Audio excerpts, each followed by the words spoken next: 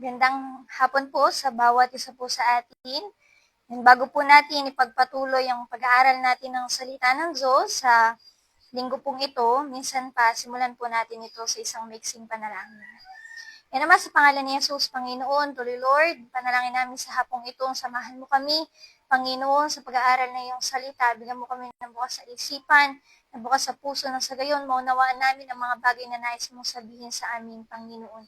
Malaya kang kumilos, Panginoon, kausapin mong bawat sa amin. O Diyos, sa pangalan ni Jesus, Amen. Magandang hapon po ulit sa bawat isa po sa atin. Amen po. At sa buong week po na ito, ay meron po tayong mga bagay na pinag-aaralan. Amen po. Yung 4 facts about Jesus. Amen po. At ngayon, kung mapapansin po natin, sa panahon po natin ngayon, pagbukas mo pa lang ng mga, sabihin natin na iba't ibang social media platforms, sabihin natin marami tayong maririnig, marami tayong napapanood, nababasa. Amen po. Na nagbibigay ng insights kung sino ang Panginoong Jesus. Amen po. At may mga pages, sabihin na natin, na o may mga tao na nagbibigay sila ng perspective nila kung sino ang Panginoong Jesus base sa narinig nila, base sa nabasa nila, base sa sinabi ng ibang tao o haka-haka lang ng iba. Amen. Pero sa atin bilang mga Kristiyano, hindi tayo nakabase dun sa hindi natin kinikilala ang Panginoon base dun sa kung ano sinabi ng ibang tao o base lang sa sabihin natin na nabasa natin sa ibang libro. Always tayong nakabase sa kung ano sinasabi ng Biblia, ano sinasabi ng salita ng Diyos. Amen po. At ano nga po ba ang sinasabi ng Biblia pagdating sa kung sino ang Panginoong Jesus? Amen po. At noong Monday po, sinabi po sa atin, tinuro po sa atin ni Pastora Trixie. Amen po yung number 1 sa 4 na katotohanan patungkol sa Panginoong Jesus. Number 1 ay, sabi po doon, Jesus is the Christ or the Messiah. Amen po. At kahapon po, tinuro po sa atin ni Pastor Oge ang number 2 na Jesus is God in the flesh. Amen po. At ngayon po, pagpapatuloy po natin, nandito na po tayo sa number 3. Amen po. At ang number 3 po na katotohanan patungkol sa Panginoong Jesus, ang sabi po dito ay, Jesus is Lord. Amen po. Sige nga po, sabihin po natin, Jesus is Lord. Amen po. So may mga, bubuksan po tayong mga verses, amen po, na nagpapatunay na sinabi ng Biblia na si Jesus ay Panginoon. Amen po. Ano po ba pag sinabing Lord? Amen po. Anong ibig sabihin ng salitang Panginoon? Amen po.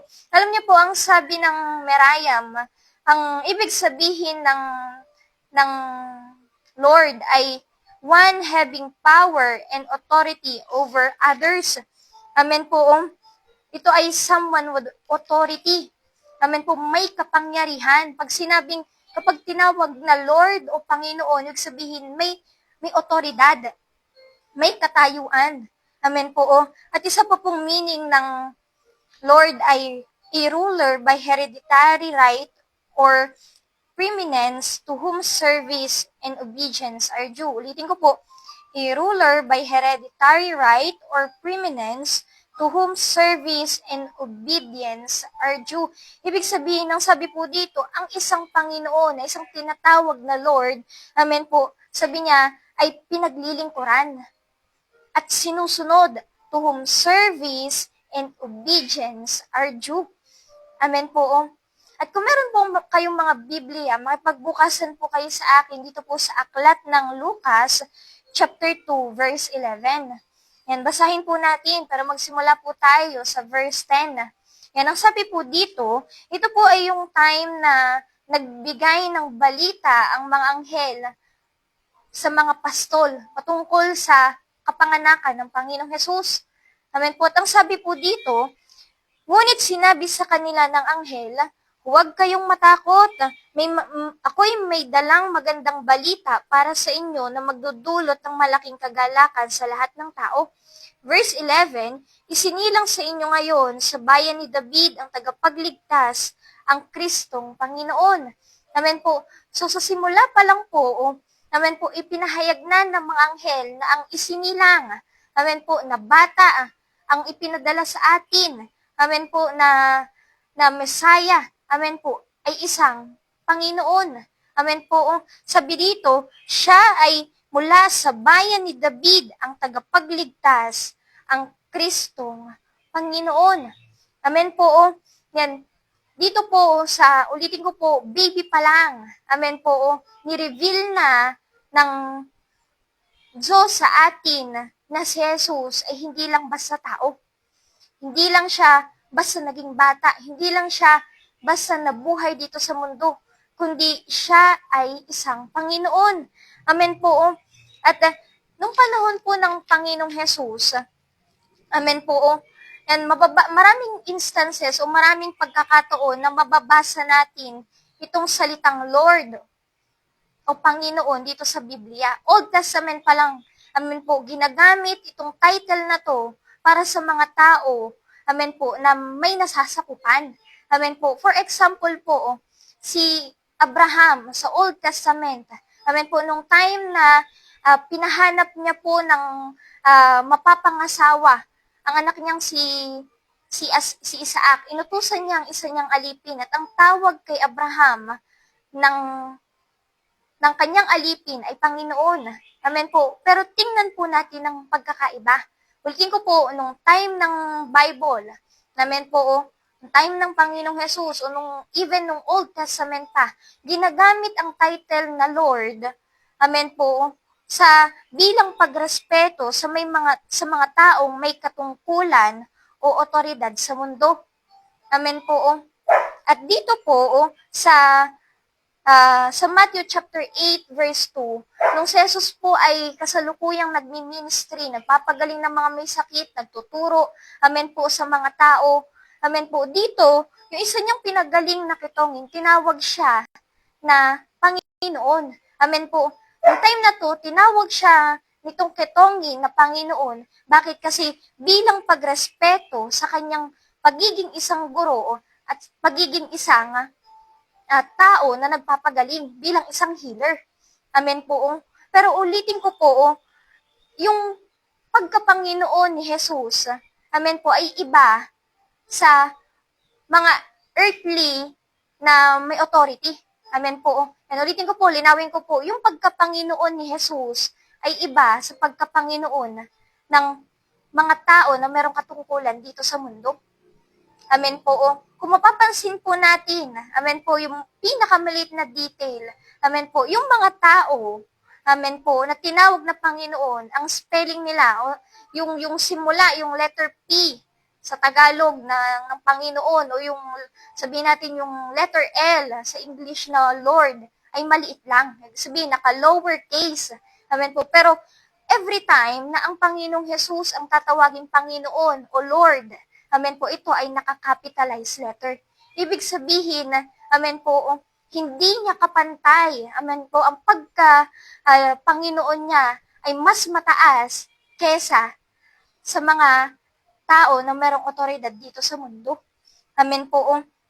At ang sabi po dito, amen po, minsan pa makipagbukasan po kayo sa akin, dito po sa Pilipos, chapter 2, verse 9 to 11. Yan, minsan pa po, basahin po natin.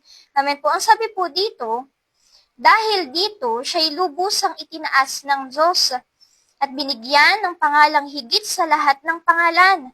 Sa gayon, sa pangalan ni Jesus ay luluhod at magpupuri ang lahat ng nasa langit, nasa lupa, at nasa ilalim ng lupa.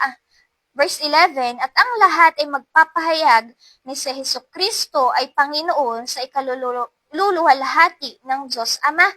Amen po.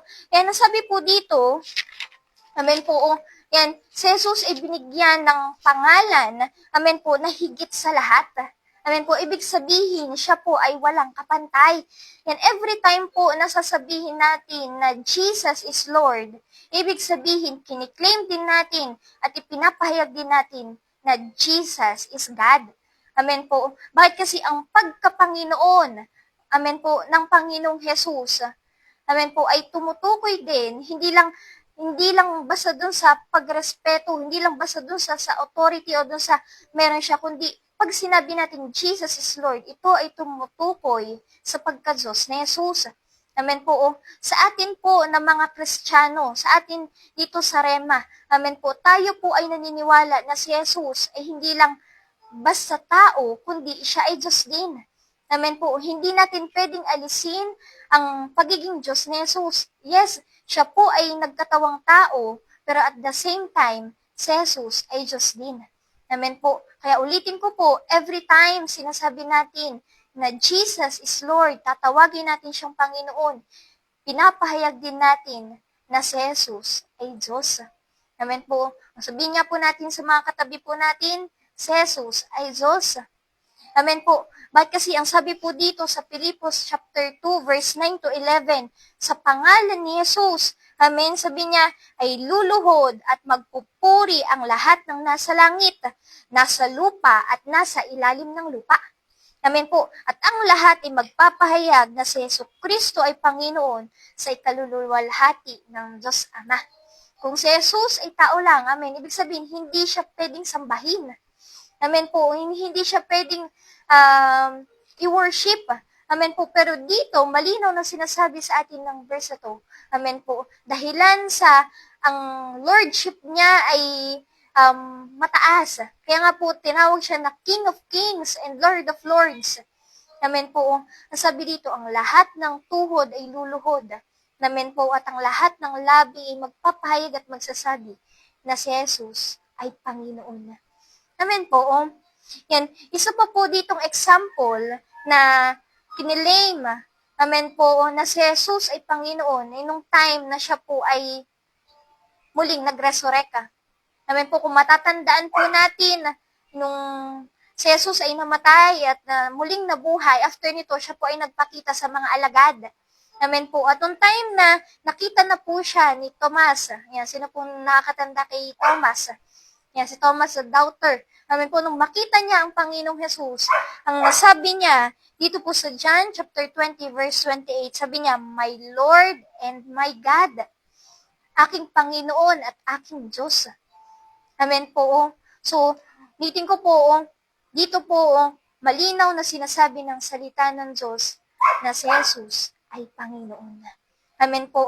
At isa pa po, dito po sa Revelation, yan, chapter 19, verse 16, ang sabi po dito, nakasulat sa kanyang kasuotan at sa kanyang hita ang ganitong pangalan, Hari ng mga hari at Panginoon ng mga Panginoon.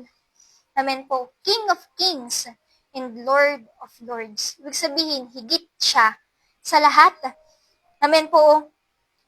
Ibig sabihin, He is infinite and above all. Walang kapantay si Jesus. Amen po. Siya ay higit sa lahat. Amen. Mas hari pa siya sa hari na nandito sa mundo. Amen po. Mas mataas pa siya sa pinakamataas sa tao na nandito sa mundo.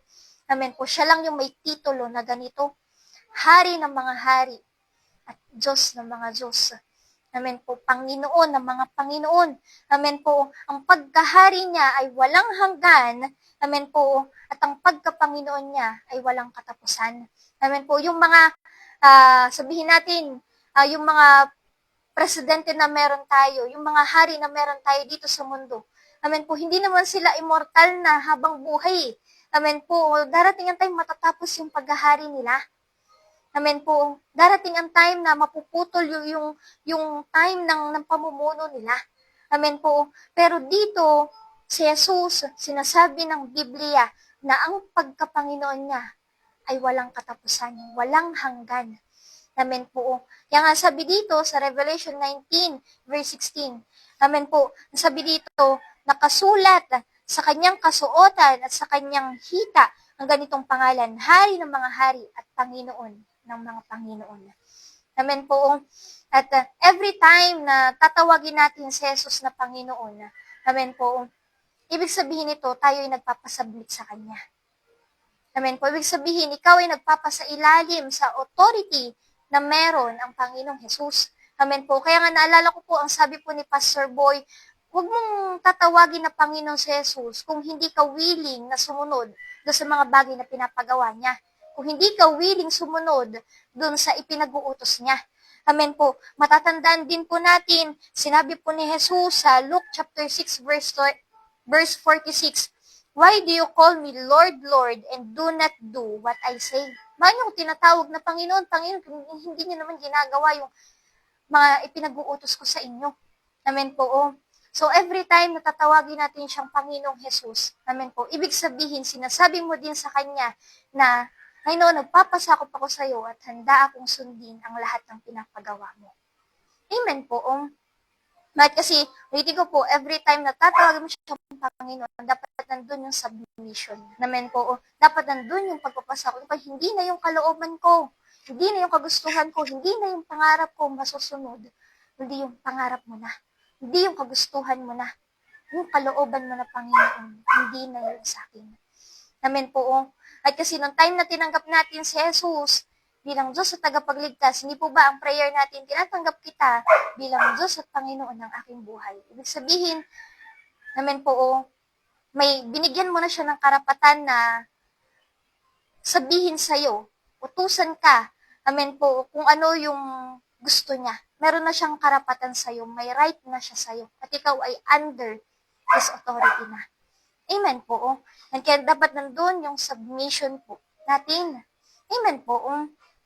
At isa pa po, ang sabi po dito, amen, ang sabi po, sa atin na mga Kristiyano, amen po, na nagsasabi na si Jesus ay Panginoon. Amen po. Sila lamang na, sabi po dito, sila lamang na may lubos sa pagkaunawa, amen po, na si Jesus ay Lord, na si Jesus ay Panginoon, na makakapagsabi nito. Bakit kasi ang sabi po ng Biblia, kung di po nagkakamali sa 1 Corinthians, ang sabi po doon, no one can say Jesus is Lord except the Holy Spirit. Amen po. So, ibig sabihin, every time na ipoproclaim natin na Jesus is Lord, na may lubos sa pagkaunawa, amen po, na alam natin na kapag sinabi natin si Jesus ay Panginoon, nandun yung alam natin sa heart natin na siya ay Diyos. Amen po. Ibig sabihin, nasa sa atin ang Holy Spirit. Bakit kasi ang sabi dito ng 1 Corinthians, amen po, no one can say Jesus is Lord except the Holy Spirit. Amen po. Kaya kapag nandun yung pagkaunawa natin na si Jesus na ang Panginoon ng buhay natin, amen po, hindi na yung sarili nating kagustuhan na masusunod, hindi yung sa Kanya na. Amen po. Nandun yung submission natin. Kahit na alam natin o sabihin natin mahirap pinapagawa sa atin ng Panginoon, pero dahilan sa siya na yung Panginoon ng buhay mo, amen, hindi na yung sarili mo kagustuhan ang susundin mo. Kahit na mahirap, amen po, magiging trying hard ka na sundin kung anong pinapagawa niya. Amen po. Yan. Number 3, ulitin ko po, number 3 na pinag-aaralan po natin ngayon sa 4 na bagay o 4 facts about Jesus. Number 3, Jesus is Lord. Amen po. Yan. Sige po, minsan pa, mag-pray po tayo. Yan, Ama, sa pangalan ni Jesus, Panginoon, papasalamat kami sa mga bagay na tinuro mo sa amin sa hapon na to, O Diyos. Lord, tunay na Ikaw, Jesus, ay Panginoon at walang ibang katulad mo, O Diyos. Kaya Lord, sa mga oras na to, tulungan mo kami, Panginoon, na magpasubmit pa sa iyo palagi, Panginoon. Lord, yung kalooban mo siyang masunod sa buhay namin at hindi ang sarili naming kagustuhan, Panginoon. Patuloy na maghari ka pa sa buhay namin, Panginoon, sapagkat wala kaming magagawa kung kami ay hiwalay sa iyo. Panginoon, wala kang kapantay, wala kang katulad sa mundong ito, sapagkat ikaw ay nag-iisa lamang, Panginoon Jesus. Na-appreciate ka namin sa buhay ng bawat isa, Panginoon, sa pangalan ni Jesus. Amen. And maraming salamat po and God bless po.